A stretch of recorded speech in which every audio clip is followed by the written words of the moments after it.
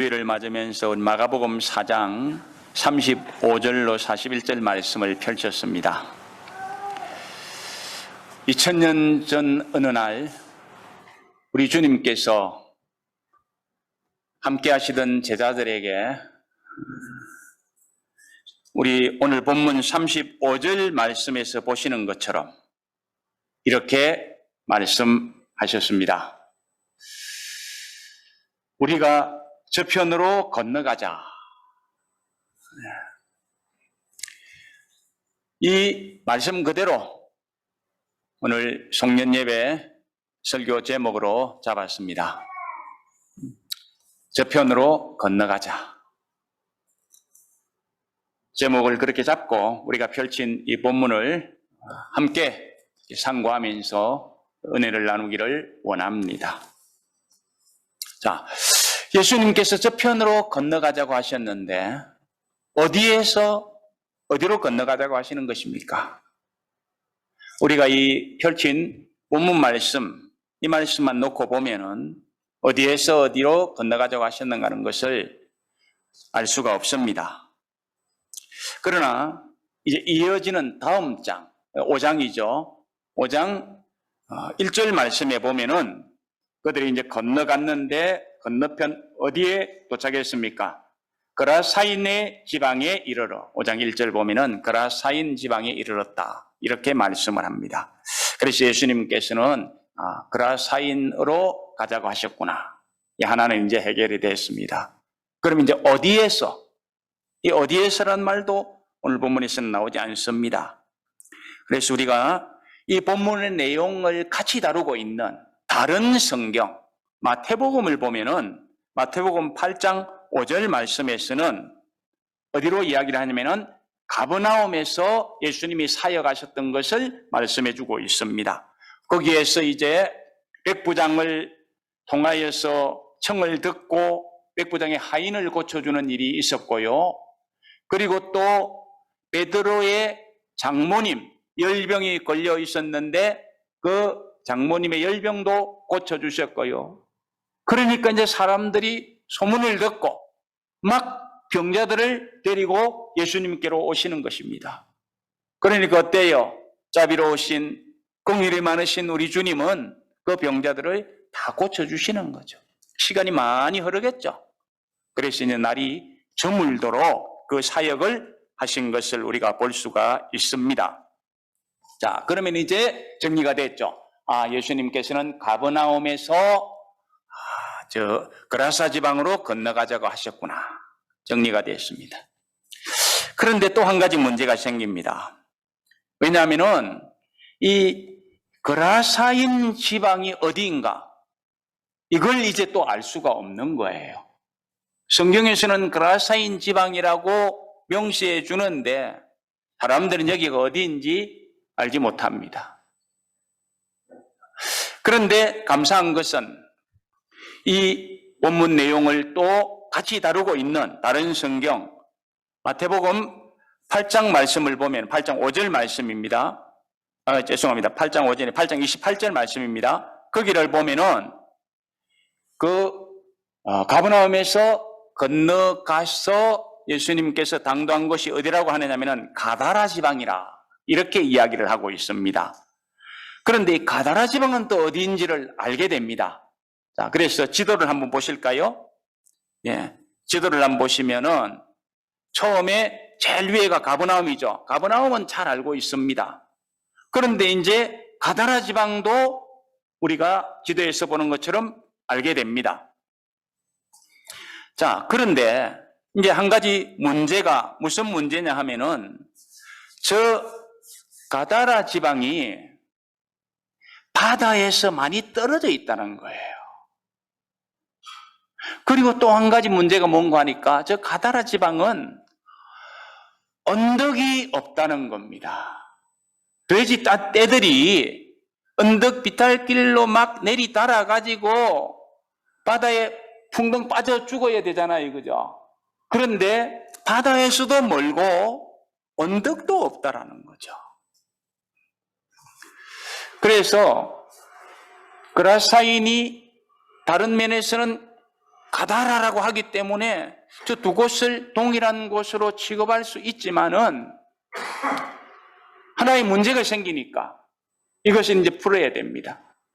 그래서 이제 성경학자들이 연구를 합니다. 연구를 하는데 한 가지 힌트를 찾아냈어요.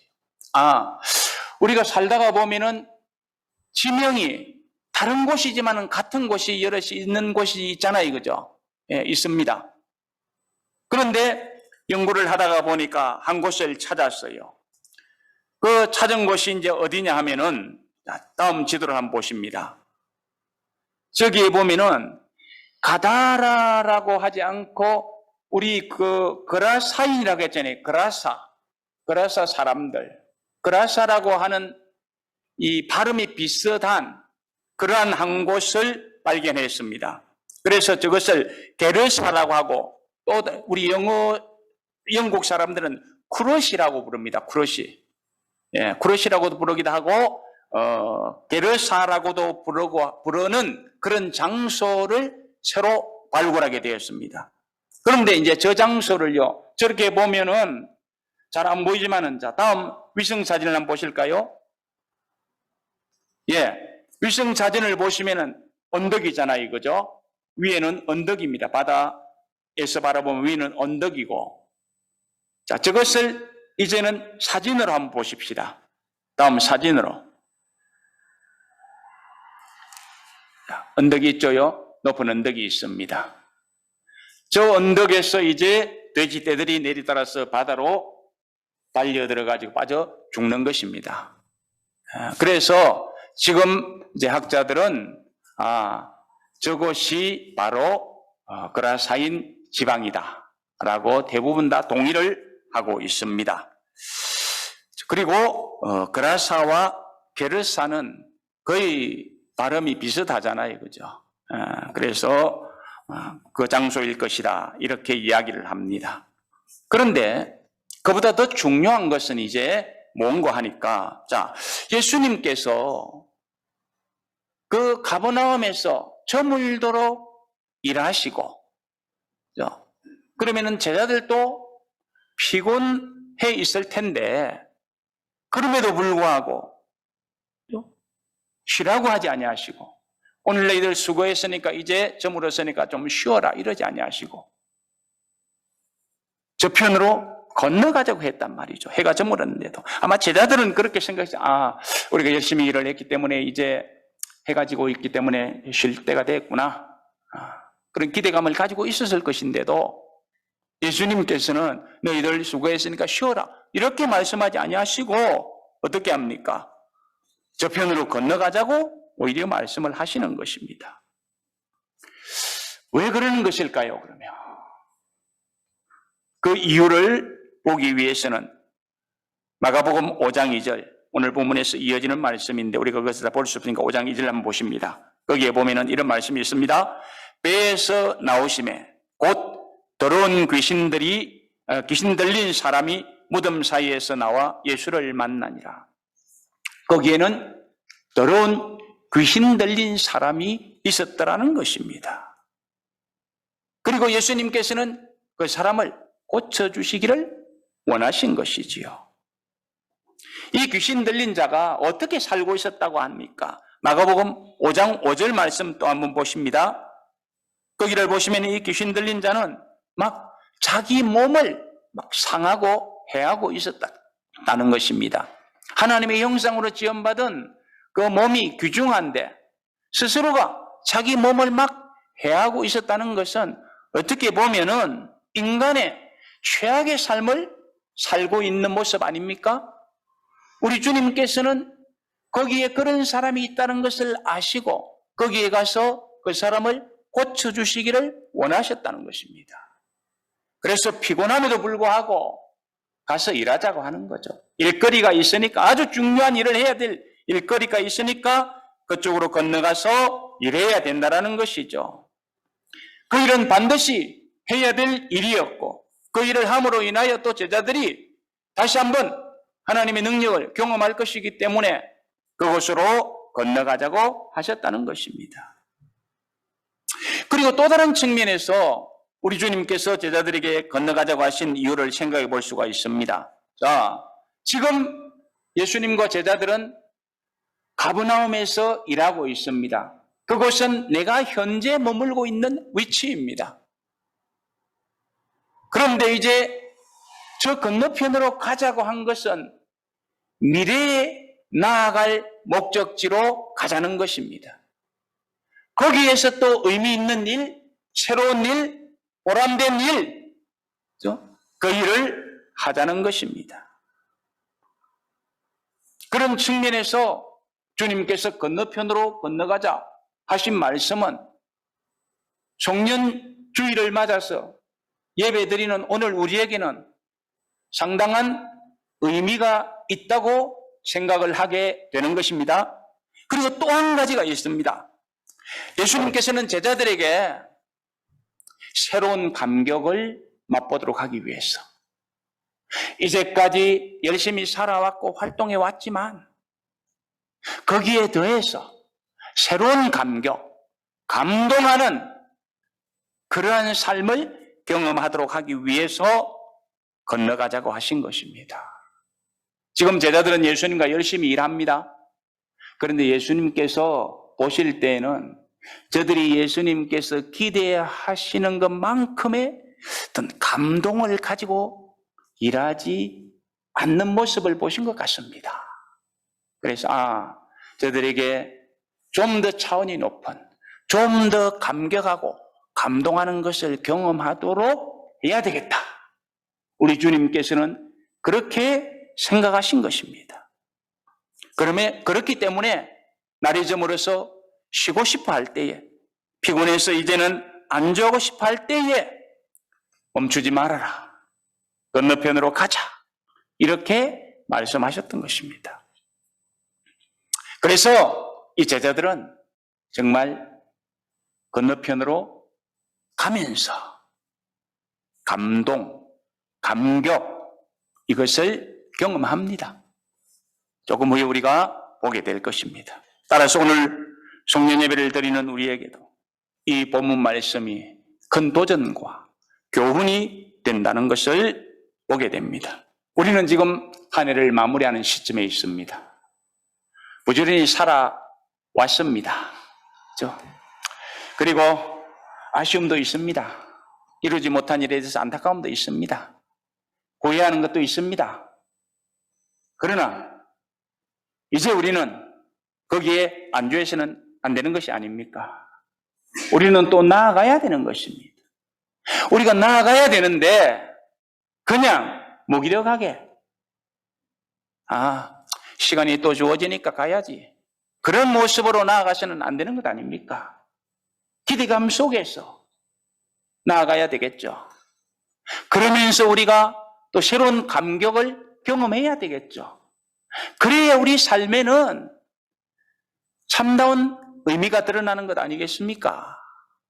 그래야 우리는 지치지 않고 살아갈 수 있는 것 아니겠습니까? 그러므로 오늘 우리는 이 말씀을 같이 잘 들여다보기를 원합니다. 그래서 우리도 예수님께서 제자들에게 하시던 이 말씀 붙들고 그래, 하나님께서 우리에게 주시는 저 새해를 향하여 힘차게 나아가자 하는 이런 또 어떤 도전, 어떤 희망에 부푼 그 삶, 이런 것을 또 우리가 한번 펼쳐 나갈 수 있었으면 좋겠습니다. 자, 그런데 우리가 이제 또 기억해야 할 것이 있습니다.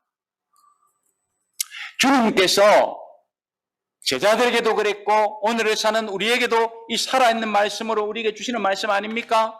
건너편으로 가자고 하십니다.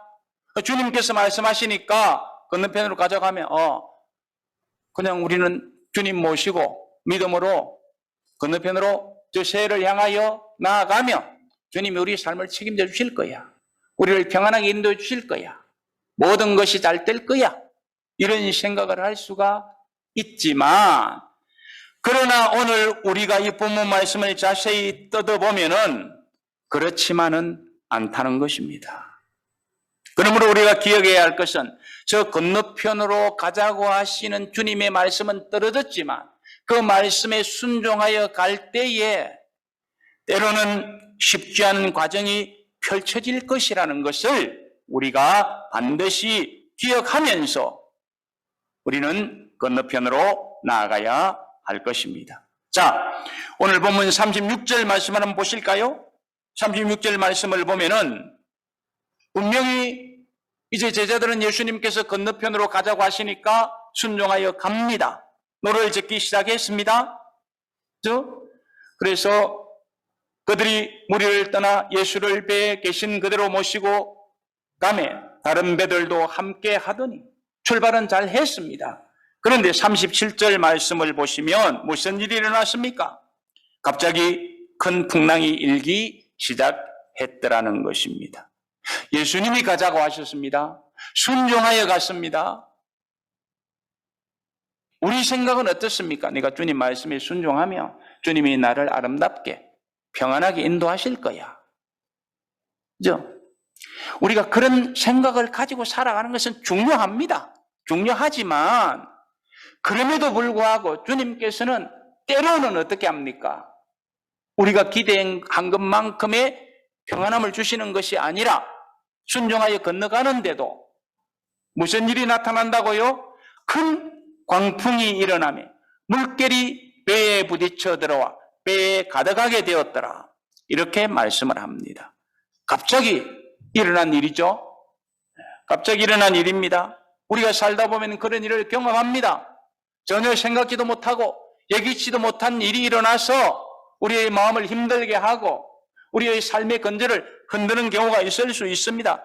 물결이 배에 부딪혀서 배가 파선의 위기에 처했다고 오늘 성경 말씀은 이야기를 합니다. 생명의 위험을 느끼는 것을 볼 수가 있습니다. 그래서 제자들은 두려워했다고 이야기를 합니다. 그것이 그들의 삶뿐이겠습니까? 오늘을 살아가는 우리도 이런 삶을 종종 경험하게 됩니다. 그러므로 우리는 이제 새해를 향해서 나아갈 때에 우리는 그런 것을 분명히 생각하고 또 새로운 삶을 출발해야 되는 것입니다. 우리가 경험한 이 모든 풍랑, 환난, 이것은 이제는 없을 것이다. 아니지 않습니까?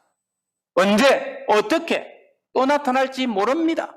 그렇기 때문에 우리는 마음으로 준비하고 가야 되는 것입니다. 사실 우리가 겪은 풍랑이 어떤 것들입니까? 때로는 몸이 연약하여, 때로는 물질적으로, 때로는 인간관계가 얽히고 설켜서 당하는 그런 고통, 환난 많이 있지 않습니까? 때로는 내가 분명히 열심히 일하고 내가 손대하는 일은 잘 될 것이라고 생각했는데 내가 기대하는 것만큼 진도가 잘 안 나가는 그런 일들도 많이 있지 않습니까? 그렇습니다. 그것 때문에 참 마음이 힘들고 가슴앓이를 하고 그러기도 합니다. 하지만 분명한 것은 그런 것들은 지나가는 과정이었다는 것입니다. 그리고 그런 과정을 하나 겪고 나면 이제 우리에게는 다음에 찾아오는 환난 풍파는 어느 정도 견딜 수 있는 맷집이 커진다는 것입니다. 그런 측면에서 우리는 이제 마음의 준비가 필요한 것이죠. 그래서 우리 주님께서 건너편으로 건너가자고 하실 때 그래 가다가 보면 또 어떤 일이 만날지 모르지만 그 과정을 겪고 나면은 또 더 잘 감당할 수 있는 그러한 준비가 될 수가 있겠지. 이런 마음을 가지고 우리는 주님의 말씀에 순종해야 됩니다. 우리 주님께서는요, 나와 함께 가면, 나를 모시고 가면 너희들은 모든 환난 풍파가 다 면제되는 거야. 이렇게 말씀하지 않으셨기 때문에 그렇습니다. 오히려 주님은 그렇게 말씀하십니다. 요한복음 16장 33절 말씀 하반절 말씀에 보면은 이런 말씀이 있습니다. 세상에서는 너희가 환난을 당하나 담대하라. 내가 세상을 이겼노라. 무슨 말씀입니까? 이 말씀은 너희가 세상에서 환난을 당한다고 합니다. 면제가 아니라 당하지만은 어떤다고요? 오히려 그것을 이겨낼 수 있다고 말씀합니다. 이게 유익 아닙니까? 그죠? 아무런 문제가 없이 그냥 사는 사람과 좀 문제가 있을지라도 그것을 딛고 일어선 사람은요, 분명히 차이가 납니다. 연단 받은 것만큼 그 사람은 성숙되어 있는 것입니다. 그러므로 예수님이 그런 말씀하시는 거예요. 세상에서 너희가 환난을 당하라 담대하라. 내가 세상을 이겼노라. 너희들도 이길 수 있단 말이죠. 그렇습니다.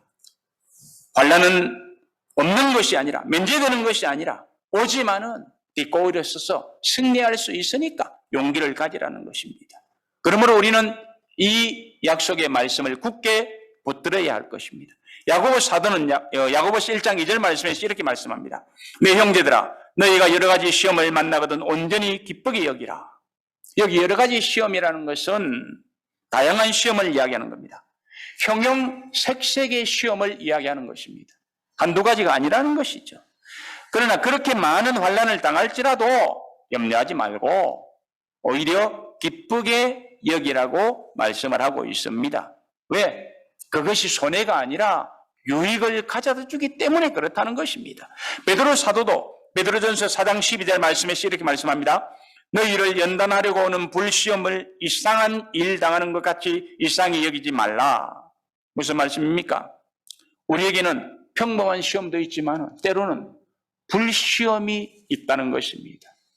우리가 차마 감당하기에 벅찬 그런 시험도 있다라는 것입니다. 그러나 그런 시험이 닥칠지라도 그것은 너희가 감당하지 못하는 것이 아니고 감당해낼 수 있는 너의 능력으로가 아니라 도우시는 자, 우리 주님이 함께 해주시고 감당할 수 있도록 해주시기 때문에 그것은 연단의 과정으로 감당해낼 수 있고 그 다음에는 아름다운 역사가 있기 때문에 염려하지 말라고, 이상히 여기지 말라고 말씀해 주시는 것입니다. 그렇습니다. 본문 말씀을 보면 그런 사실을 우리는 너무나도 잘 볼 수가 있습니다. 오늘 본문에 나타난 갈릴리 바다의 풍랑, 제자들이 경험했던 이 풍랑은 아주 큰 풍랑이었습니다. 헬라어로 보면은 그 큰이라는 말을 메갈레라고 했습니다. 메갈레. 여러분들이 아시는 대로 메갈레라는 것은 메가톤이라는 거죠. 메가톤. 어마어마한 풍랑이라는 거죠. 정말 내 스스로 감당해낼 수 없는 그런 것을 이야기를 합니다. 그러므로 우리의 삶의 건재를 완전히 흔들어버릴 수 있는 그런 풍랑이었다는 것입니다. 그러므로 제자들은 두려워했죠. 그러나 주님은 어떻게 했습니까? 이 풍랑을 잔잔하게 만드시는 것입니다. 그런데 당장은 아닙니다. 바로는 아닙니다. 처음에는 주님께서 이러한 풍랑을 만난 제자들 모른 채 하십니다. 자, 38절 말씀 한번 보실까요? 거기를 보시면 제자들이 당하는 위험은 예수님께서는 거들떠보지도 아니하시고 어때요? 그냥 주무셨다 이렇게 말씀하셨습니다. 어떤 면에서는 참 무정한 것 같습니다. 그런데요, 제가 이 말씀을 이렇게 묵상해 보면 끝까지 주무셨을까? 여러분들은 어떻게 생각하십니까? 처음에 너를 제가다 풍랑이입니다. 예수님도 피곤하시기 때문에 주무셨을 것입니다.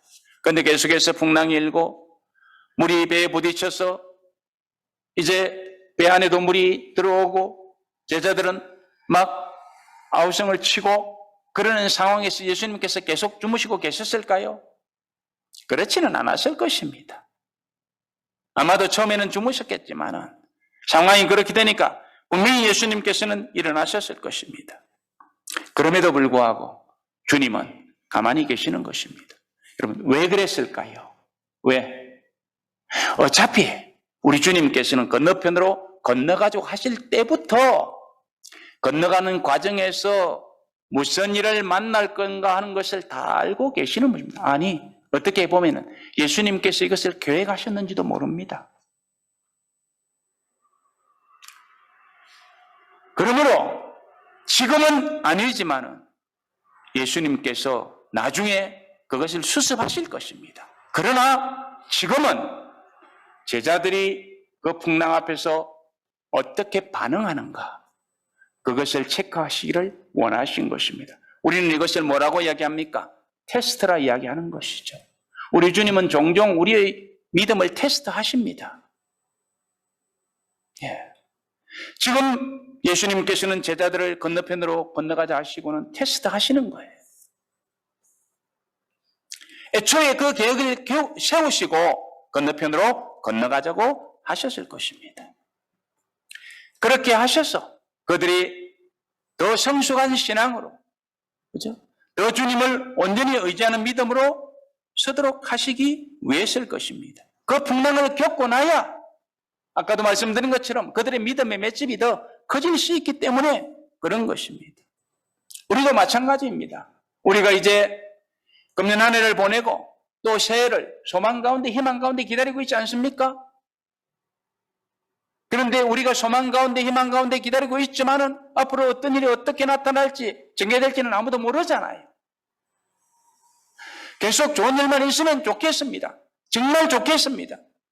그런데 힘든 일이 없을 것이라는 보장이 있습니까? 없잖아요. 힘든 일이 있으면 어떻게 해야 됩니까? 주저앉아 버려야 됩니까? 포기해야 됩니까? 아니잖아요. 감당해내야 되잖아요. 믿음으로 감당해내야 되잖아요. 그리고 궁극적으로 승리해야 되잖아요. 그러므로 주님께서는 제자들에게도 이런 훈련을 시키고 계셨고 오늘을 사는 우리에게 이 말씀을 오늘 다시 한번 생각하게 하는 것입니다. 그러므로 우리가 오는 새해를 바라보면서 희망은 가져야 됩니다. 소망의 언덕에 도달하기를 기다려야 됩니다. 그러나 마음의 준비는 해야 됩니다. 과정은 쉽지 않을 수 있다. 문제는 있을 수 있다. 그렇다고 한데도 나는 낙심하지 말아야 된다. 좌절하지 말아야 된다. 그 주님을 의지하고 나아가야 된다.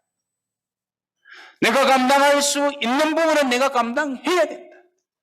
그리고 그 다음은 우리 주님께서 책임져 주실 것이다. 이런 마음의 믿음을 가져야 할 것입니다. 그래야 항해 중에 우리가 어려움을 만나도 문제를 만나도 두려워하지 않고 좌절하지 않고 낙심하지 않을 것입니다. 여러분 39절 말씀을 보시기 바랍니다. 거기를 보시면 예수께서 깨어 바람을 꾸짖으시며 바다들어 이르시되 잠잠하라 고요하라 하시니 바람이 그치고 아주 잔잔하여지더라. 보세요. 우리 주님이 모른 체 하지 않지 않습니까? 임시는 그냥 주무시는 것 같지만 분명히 그들이 위기를 느낄 때에 우리 주님께서는 바람을 꾸짖으십니다. 바다를 잠잠케 하십니다. 그래서 그들에게 평안을 주시는 것입니다. 그렇게 하시고 나서 그것을 믿음으로 감당해내지 못한 제자들에게 우리 주님께서는 뭐라고 말씀하십니까? 40절에서 보시면 이렇게 말씀하시죠. 어찌하여 이렇게 무서워하느냐? 너희가 어찌 믿음이 없느냐? 여러분, 우리가 무슨 일을 하면서 아니면 하고 난 후에 주님으로부터 꾸지람을 듣는 것과 칭찬을 듣는 것, 어느 것이 좋습니까? 일은 우리에게 항상 주어집니다. 그 일을 감당해내고 꾸지람을 듣는 것과 칭찬을 듣는 결과가 나타날 수 있는데 이 제자들은 꾸지람을 듣고 있습니다. 그들은 분명히 건너갔습니다. 건너가자고 하셨기 때문에 건너갔습니다. 건너가서 그들은 꾸지람을 듣는 것입니다. 왜 그랬을까요? 그들은 믿음을 가지고 있었지만 그 믿음 속에 불신앙을 섞어버렸기 때문입니다. 그래서 그들이 가진 믿음은 불신앙으로 빠져버렸습니다. 이것을 일컬어서 이렇게 한번 이야기를 해볼 수 있을까요? 신앙인의 불신앙. 여러분 어떻습니까? 나에게는 분명히 믿음이 있어요. 주님을 믿는 믿음이 있습니다. 하나님을 믿는 믿음이 있습니다. 그런데 그 믿음이 있음에도 불구하고 불신앙적인 사고를 가지고 불신앙적인 행동을 한단 말이죠. 제자들에게만 그런 일이 있는 것이 아니고 오늘을 살아가는 저와 여러분들에게도 이런 부분이 나타납니다. 그러나 우리는 이런 신앙인의 불신앙적인 삶을 살아가면 안 되지 않겠습니까? 어떤 상황 속에서도 어떤 환경 속에서도 흔들리지 않아야 그것이 진정한 믿음이지. 나에게 믿음이 있다고 고백은 했는데 상황이 딱 달라지고 환경이 달라지니까 내가 고백하던 그 믿음은 온데간데 없어져 버리고 그냥 불신앙이 완전히 나를 엄습해 버리는 것. 이것은 나에게 엄청난 손해를 가져다 주는 것 아닙니까? 주님은 살아계십니다. 주님은 함께하고 계신다고요. 주님은 그 과정을 분명히 헤쳐나갈 수 있도록 해주실 것이라고요. 그런데도 나는 그것을 믿음으로 감당하지 못하고 내가 신앙인이었음에도 내가 신앙인이지만은 그러나 불신앙적으로 행동해 버린 것입니다. 그랬을 때에 우리 주님 앞에서 내가 칭찬이 아니라 꾸지람을 들을 수밖에 없는 것 아니겠습니까? 지금 제자들의 삶을 보니까 그런 것입니다. 그 제자들은 주님을 그대로 의지한 것이 아닙니다. 주님을 의지하다가 상황을 보니까, 환경을 보니까 그들의 신앙이 불신앙에게 지배되어 버리는 것입니다. 그래서 그들의 믿음은 위축되고 그들의 믿음은 죽어갔던 것이죠. 그러므로 우리가 조심할 것은 우리는 눈에 보이는 것, 그 현실에만 우리의 시선을 고정시키면 안 됩니다. 그러면 우리도 분명히 제자들처럼 살아가게 됩니다. 그러므로 우리는 눈에 보이는 것, 상황, 환경 이것도 주시해야 되겠지만 거기에 앞서서 우리는 주님을 바라봐야 됩니다. 우리는 주님께서 우리에게 주신 말씀을 거머쥐어야 됩니다. 그래야만 우리는 낙심하지 않습니다. 좌절하지 않습니다. 그 과정을 이겨낼 수가 있습니다. 분명히 주님께서 건너가자고 하시기 때문에 건너갑니다. 우리 주님은 말씀으로 천지만물을 창조하시잖아요. 그 말씀대로 이루십니다. 그렇기 때문에 주님이 계획하신 그 행로 분명히 결과는 아름답게 나타날 것입니다. 물론 좀 힘들 수는 있죠. 좀 고통스러울 수는 있습니다. 그러나 분명히 믿음으로 서면 결과는 거머쥘 수가 있는 것입니다. 39절 말씀을 다시 한번 보실까요? 예수께서 깨어 바람을 꾸짖으시며 바다들어 이르시되 잠잠하라 고요하라 하시니 바람이 그치고 아주 잔잔하여 지더라. 이 문제를 누가 해결해 주십니까? 우리 주님께서 해결해 주시는 것입니다. 비록 풍랑이 일었습니다. 때가 깨어질 것 같은 처지에 있었습니다. 그럴지라도 우리 주님께서는 바다를 꾸짖어서 잔잔하게 만들어버리는 것입니다. 여기 꾸짖는다는 것은 잘못했다고 하는 것 아닙니까? 나무라는 것 아닙니까? 누구를 보고 그러는 것입니까? 바다를 보고 잘못했다고 꾸짖는 것입니다. 여기 꾸짖는다는 말은요, 예수님께서 악령들에게, 귀신들에게 꾸짖을 때 사용하신 그 용어를 그대로 쓰고 있습니다.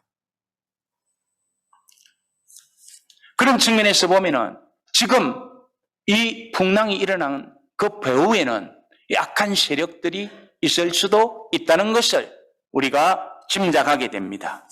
물론 모든 것이 다 사단의 배후에 있는 것은 아닐지만은 그러나 분명히 이런 사실을 통해서 우리가 당하는 이런 어려움, 이런 것은 어떤 면에서 보면 사단이 조정할 수가 있다라는 것입니다. 그래서 나에게 고통을 안겨다 주고 내가 시련을 당하게도 하는 것일 수 있는 것입니다. 그러므로 우리 주님께서는 그것을 꾸짖었습니다. 그래서 잔잔하게 만드는 것을 볼 수가 있습니다. 그런 측면에서 우리에게 무엇이 어느 누군가가 어려움을 주고 고통을 줄지라도 주님을 의지하면 그 주님께서는 그 모든 것을 평탄하게 만들어 주실 수 있다라는 것입니다. 그러므로 우리는 그 주님의 능력을 의지하고 우리 앞에 어떠한 파도와 바람이 닥쳐와도 그것을 바라보고 두려워하지 말아야 되는 것입니다. 제자들은 그것 보고 놀라했잖아요.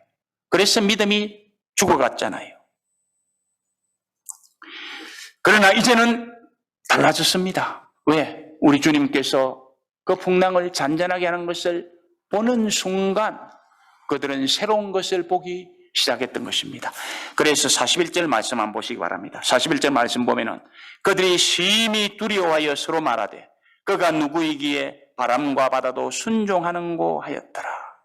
자, 그들이 이제 또 두려워합니다. 처음에는 무엇을 보고 두려워했습니까? 바람을 보고 풍랑을 보고 두려워했습니다. 그것 보고 죽을까 싶어 두려워했습니다. 그런데 이제는 그것을 잔잔케 하시는 주님을 보고 두려워합니다. 그들이 두려워하는 대상이 달라져 버렸습니다. 그러면서 그들은 뭐라고 이야기를 합니까? 저분은 우리에게 무엇을 해줄 것인가? 이렇게 이야기하지 않습니다. 뭐라고 이야기합니까? 도대체 저분은 누구신가요? 이렇게 이야기를 하는 거죠. 바람과 바다를 잔잔해 주시는 분이 나에게 무엇을 해주실 것인가가 아니라 도대체 저분은 누구십니까? 감탄하는 거죠. 몰라서 묻는 말이 아닙니다. 이것은 경험한 거예요. 그분이 주님이시고 그분이 하나님이시고 그분이 자연 만물을 섭리하시고 다스리시는 분이시라는 것을 경험적으로 안 거예요. 그래서 그것을 지금 고백한다는 거죠. 이 고백 속에는 그들의 감동이 섞여 있는 겁니다. 감격이 섞여 있는 겁니다. 이것 경험하도록 하기 위해서 우리 주님께서는 피곤한데도 저물었는데도 저편으로 건너가자고 하신 것입니다. 놀랍지 않습니까? 우리 하나님은 이런 분이십니다.